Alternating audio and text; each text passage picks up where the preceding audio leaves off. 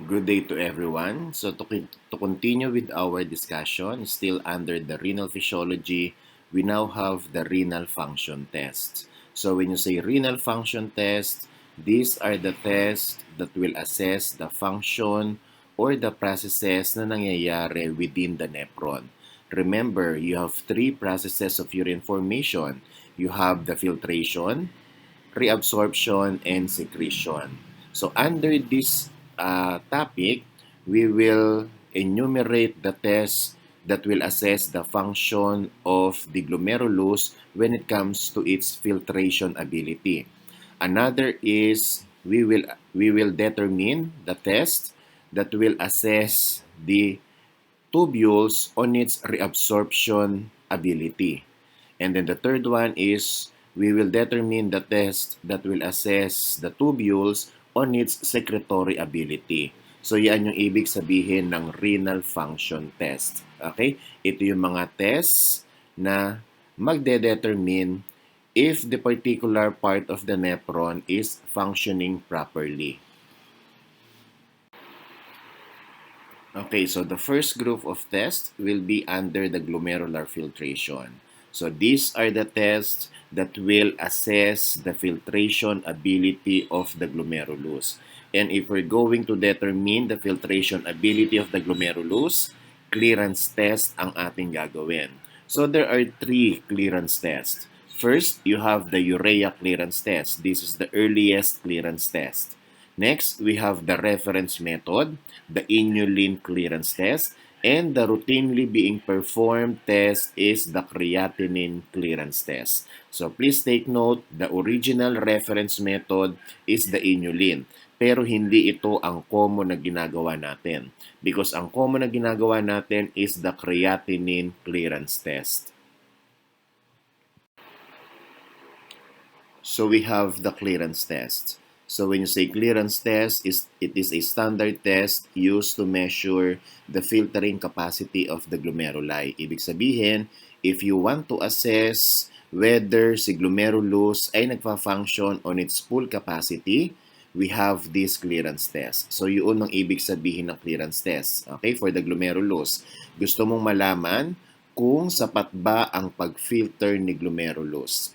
So measures the rate at which the kidneys are able to clear a filterable substance from blood. So based on our discussion, si blood papasok sa glomerulus. Si glomerulus, i-filter niya lahat ng dumi ni blood. So for you to determine kung na-filter ba lahat ni glomerulus yung dumi, we have this clearance test. So as I mentioned earlier, we have three clearance tests.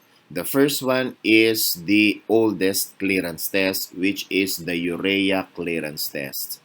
So urea is a product of protein metabolism. As I've said, this is the earliest clearance test. Urea is present in all urine samples. Remember, urea is the major organic constituent of urine. So definitely, it is present in your sample. Existence of routinely used methods of chemical analysis has replaced this clearance test. For the disadvantage of urea clearance test, it does not provide a full clearance assessment. So what do you mean by that? Because approximately 40% of the filtered urea is reabsorbed, normal values were adjusted to reflect the reabsorption, and patients were hydrated to produce a urine flow of 2 ml per minute to ensure that no more than 40% of urea was reabsorbed. So, ibig sabihin, para maging maganda ang isang clearance test, yung na-filter, hindi dapat inire-reabsorb. Yung na-filter ni glomerulus, yun dapat yung actual amount that is released in the urine. Kasi yun ang ating i-measure, the total amount of filtered substance. But since urea, almost 40% of urea is reabsorbed back into the circulation, yung lalabas sa ihe is not the actual total amount that is filtered by the glomerulus. Kaya hindi mo madedetermine ang full clearance assessment or hindi mo madedetermine ang full filtering capacity ni glomerulus. Next, we have the inulin clearance test. Inulin is a polymer of fructose. And take note, as I mentioned earlier, this is the original reference method. Okay? So what are the reasons? Number one, it is extremely stable and not reabsorbed or secreted by the tubules. Yan ang isa sa magandang karakteristik ng isang substance na gagamitin mo for clearance test. Yung substance na yon kailangan ma-filter ni glomerulus pero hindi ire-reabsorb ni tubules para kung ano yung total amount na na-filter ni glomerulus, yon ang total amount na lalabas sa ihi at yon ang i-measure mo using this clearance test. Okay? However, we have here the disadvantage. It is not a normal body constituent. Ibig sabihin, ang inulin ay i-infuse mo intravenously to the body. Okay? Throughout the testing period. Kasi nga, as stated here, it is not a normal body constituent. We now have the creatinine clearance test. So when you say creatinine, it is a waste product of muscle metabolism produced by creatinine phosphokinase from creatine. So it is presently performed clearance test. So ibig sabihin, it is the routinely performed clearance test. So what are the reason? Your creatinine is endogenous. Unlike inulin, inulin is not a normal body constituent. That's why when you perform inulin clearance test, kailangan i-infuse yan sa katawan natin. Whereas your creatinine is normally present in our body. Okay?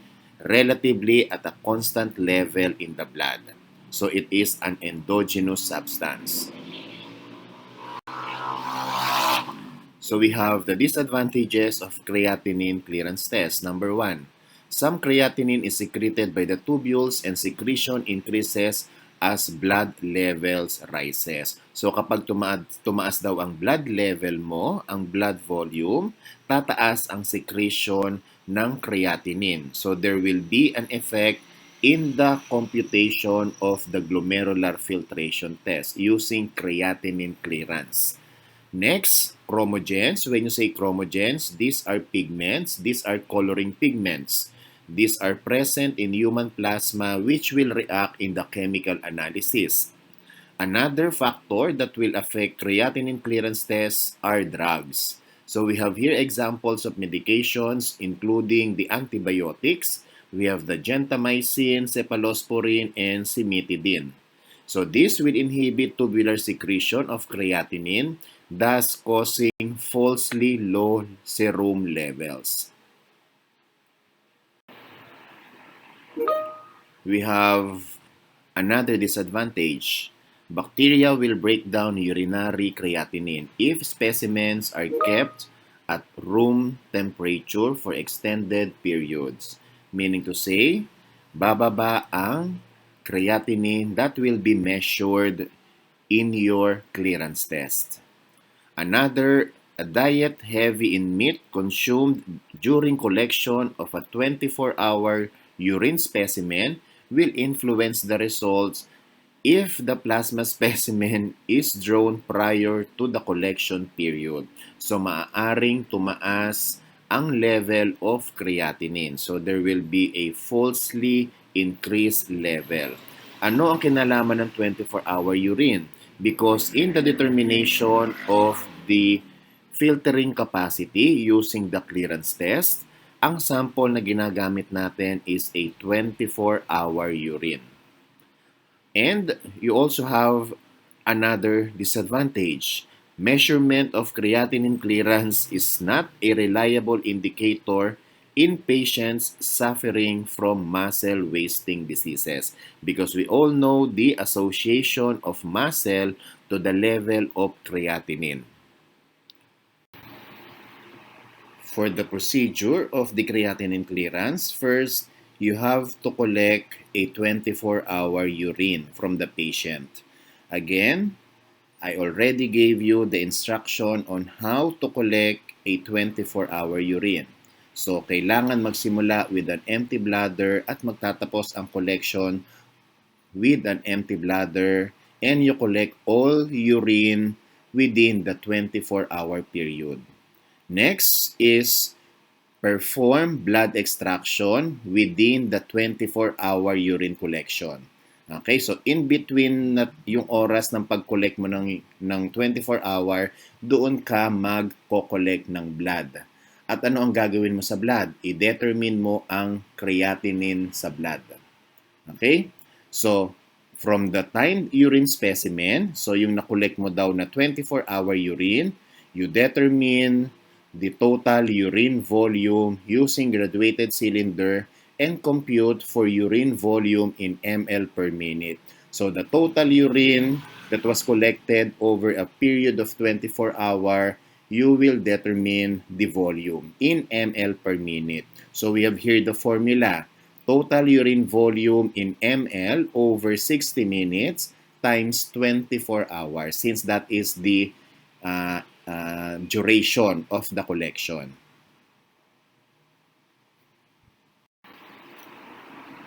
So since you already have the blood sample that is collected within the 24 hour of urine collection, next thing to do is to determine the creatinine level of the blood. So you can perform Jaffe reaction or the enzymatic reaction. And here are the normal values.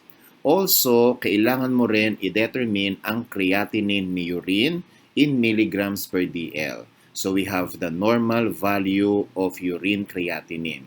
So here, determine the blood creatinine and determine the urine creatinine. So for the computation, tatlo ang kailangan natin for the computation. First is the urine volume in ml per minute.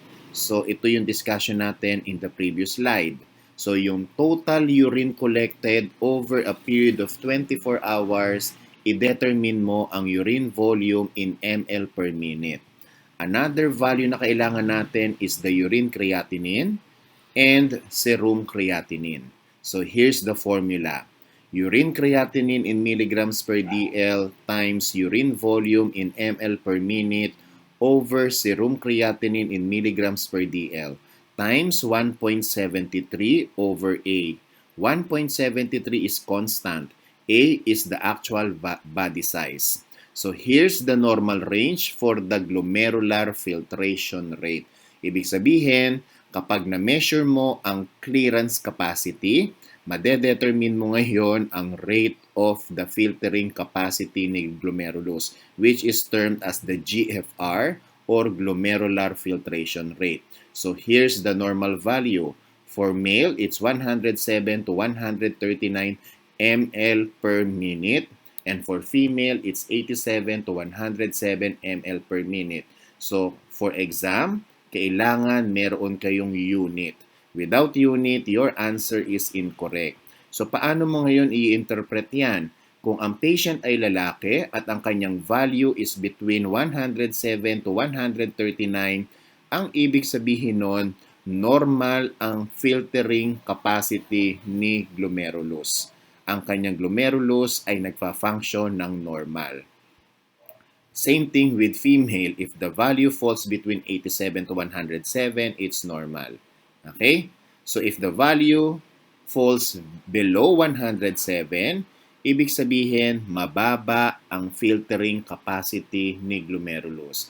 Okay? So hindi nagfa-function properly si glomerulus. So that's how you interpret the result.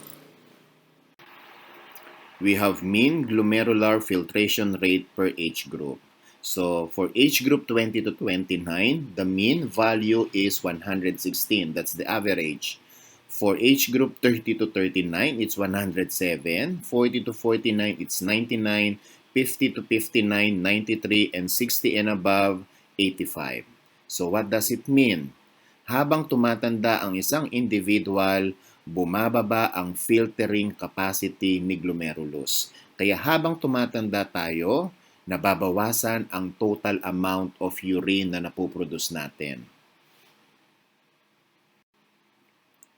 So in this slide, it states here that urea is filtered and reabsorbed.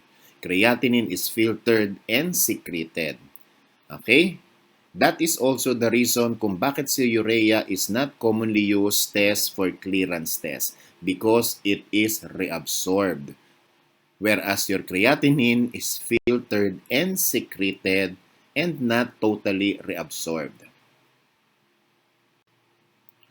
So these are some of the tests for the glomerular function. So we have the calculation methods or the EGFR.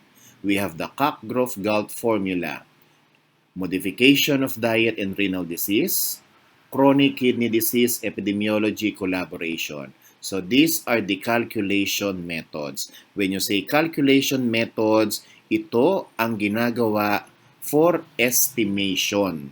Ini-estimate natin ang filtering capacity ni glomerulus. So we will just derive from the available values. The first calculation method is the Cockgrove-Gault formula. This is the older and most commonly used equation for estimating creatinine clearance. It is also the preferred method for calculating drug dosages. So here is the formula. GFR in ml per minute is equal to 140 minus the age times weight in kilogram over 72 times serum creatinine in milligrams per dl. Take note, in using this formula, the value obtained must be multiplied to 0.85 if our patient is female. Another calculation method is the MDRD or the modification of diet in renal disease. This is the most widely used method to estimate glomerular filtration rate in clinical laboratories. So in our end, this is more common over the Cockgrove-Gault formula. So the unit of measure is ml per minute per 1.73 squared meter. So here's the formula for MDRD. So just like your Cockgrove-Gault, if the patient is female, the value obtained is multiplied by a factor. So times 0.742. Another consideration if your patient is an African American. So the GFR computed is multiplied by 1.212. We have the CKD or the Chronic Kidney Disease Epidemiology Collaboration. It was developed in 2009, performed better with patients of higher GFR. Not extensively validated as MDRD, so therefore mas common pa rin ang MDRD. So the unit of measure is ml per minute. So here's the formula for the CKD or Chronic Kidney Disease Epidemiology Collaboration. And just like the first two calculation method, if the patient is female, the GFR obtained will be multiplied by a factor. So that's times 1.018. If the patient is African American, the GFR computed is multiplied by 1.159. So these are the three calculation method. We have the Cockgrove-Gault formula, MDRD, and CKD. Another group of tests are the miscellaneous tests. We have cystatin C, beta-2 microglobulin, and radionucleotides. First is the cystatin C. It is a small protein produced at a constant rate by all nucleated cells.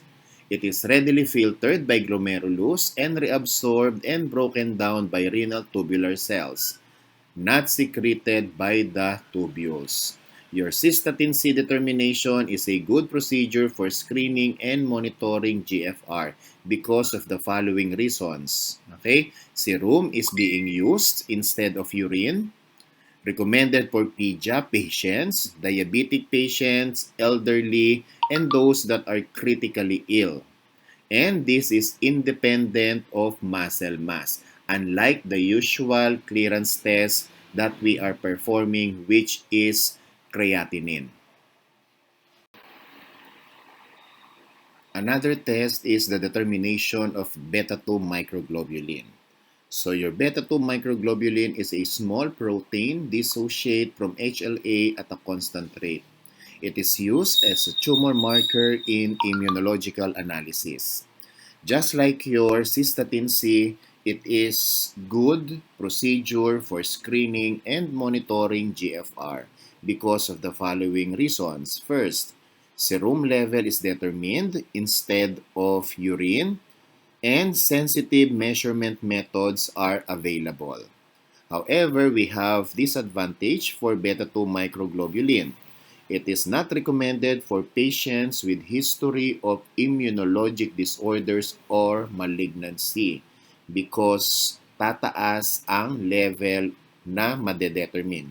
Because sabi nga dito kanina, it is used as a tumor marker in immunology.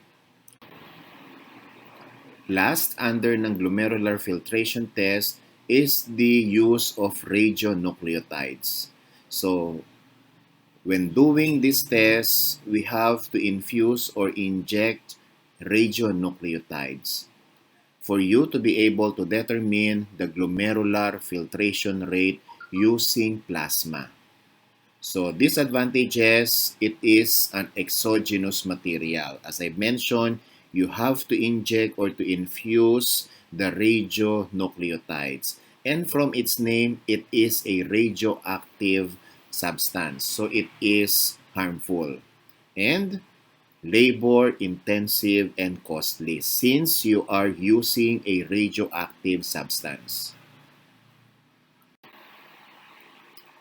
The second group of tests are tests to measure the reabsorption ability of the tubule. So we have the tubular reabsorption test. And under this, we have the concentration test. Take note, clearance test for glomerular filtration. Concentration test is for tubular reabsorption. So the concentration test is used to determine the ability of the tubules to reabsorb essential salts and water that have been non-selectively filtered by the glomerulus. Titingnan natin kung kaya bang i-reabsorb at a normal rate ni tubule yung mga na-filter ni glomerulus. Okay? So, test to determine the concentrating ability, we have the water deprivation test and determination of osmometry. So loss of tubular reabsorption capability is often the first function affected by renal disease, which is earlier than the glomerular filtration rate. So as I mentioned, the test measures the ability of the tubules to reabsorb two important substances, two essential substances, water and salt. So yan ang dinedetermine natin, yung kakayanan ni tubule, ni renal tubular na mag-reabsorb ng salt and water. So we have the water deprivation test, under which we have two methods. We have the Fishberg concentration test and the Mosenthal concentration test. The Fishberg concentration test, the patient is deprived of fluid for 24 hours prior to measuring the urine-specific gravity.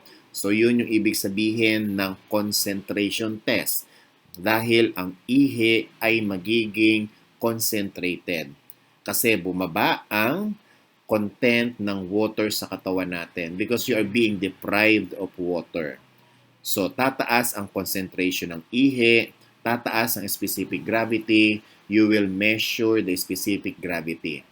Another is the Mosenthal concentration test. Compares the volume and specific gravity of day and night urine samples. Remember, merong variation ng day urine versus night urine.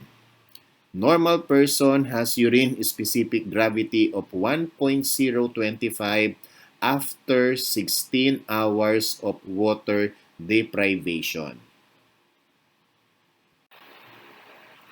We have here the effect of hydration on renal concentration.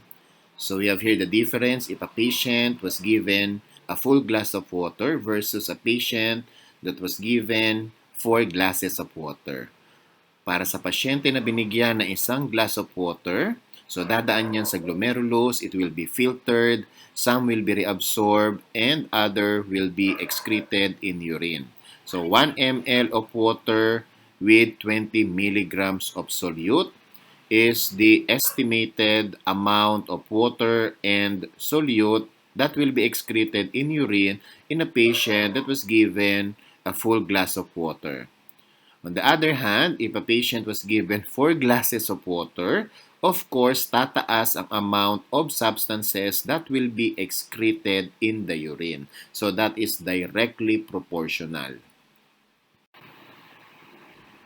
Next is osmolality, which is affected only by the number of particles, unlike the specific gravity, which is affected by the number and density of the particles present in the solution, particularly density that will directly affect the specific gravity. In evaluating the renal concentrating ability, so we have here the determination of sodium and chloride. Remember, in concentration tests, we are after the reabsorption ability of sodium and water. So urea and glucose, wala silang importance to osmolality. So osmolality is determined by measuring a property that is mathematically related to the number of particles. Kasi sabi nga natin kanina, your osmolality is affected only by the number of particles in the solution. And comparing this value with the value obtained from the pure solvent. So osmolality is measured on serum or urine. So you can use either of these two specimens. And measured are the following: the freezing point and the vapor pressure. So this osmolality is affected by the following. First is lipemia. If the serum is lipemic, so you will have an erroneous result. Lactic acid formation, if samples are not separated immediately, okay, refrigerated within 20 minutes. Otherwise, you will have a falsely elevated result. Another factor that will affect osmolality is your alcohol. Not detected in vapor pressure, but it will be detected on freezing point. So we have here the free water clearance. This is used to determine the ratio of urine and serum osmolarity. So determined by first calculating the osmolar clearance and subtracting the osmolar clearance value from the urine volume in ml per minute. Osmolar clearance dictates how much water must be cleared each minute to produce a urine with the same osmolarity as of the plasma. Kaya nga sabi dito sa water clearance, you will determine the ratio of urine and serum osmolarity. So to compute for water clearance, so we have here the formula. Urine volume in ml per minute minus osmolar clearance. So we have here the result. If the value is 0, no renal concentration or dilution is needed. Plus 2, excess water would have been excreted. And minus 2, less than the necessary amount of water is being excreted. So these are the tests for tubular reabsorption, particularly concentration test. And the last group of renal function tests are those that affect the secretory ability of the tubule. So we have the tubular secretion test.